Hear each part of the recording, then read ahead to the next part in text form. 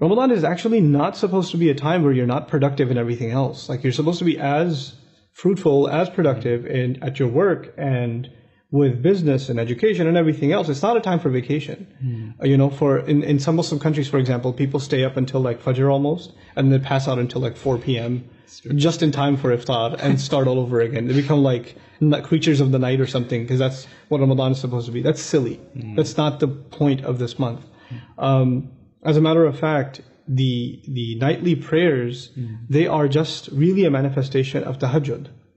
Right? That's what they are. So if you're a person, and lots of Muslims, of course, they have struggle even with the 5 prayers, but if you're praying your 5 prayers, but you're not good at tahajjud, this is the month to get into it.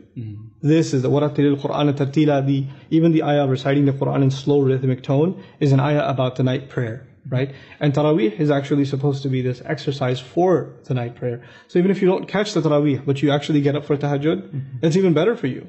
You know, that's even better for you. So, like, we have to shift our mentality about how we make the most use of Ramadan. The other recommendation I very strongly have for people is, if you didn't catch the Taraweeh prayers at night, but you went to pray Isha and a few rak'ahs at the masjid, and then you came back for Fajr at the masjid, that's way better for you than staying up until midnight doing Taraweeh and then barely catching Fajr or not coming to the masjid for Fajr. So you have to be realistic with yourself, right? What is a bigger priority? I mean, the Prophet ﷺ's instructions are true and we should believe in them. If you catch the prayer in the masjid at Isha and then at Fajr, it's as though you prayed the entire night. So that's His promise, right? So let's believe in that promise and especially get into that habit in this month.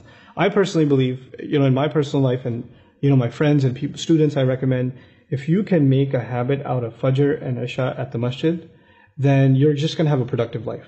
Allah is going to put some barakah in your life throughout your day, throughout your night. A lot of good comes of it. And then this is the month to get into that habit, because you're going to go anyway.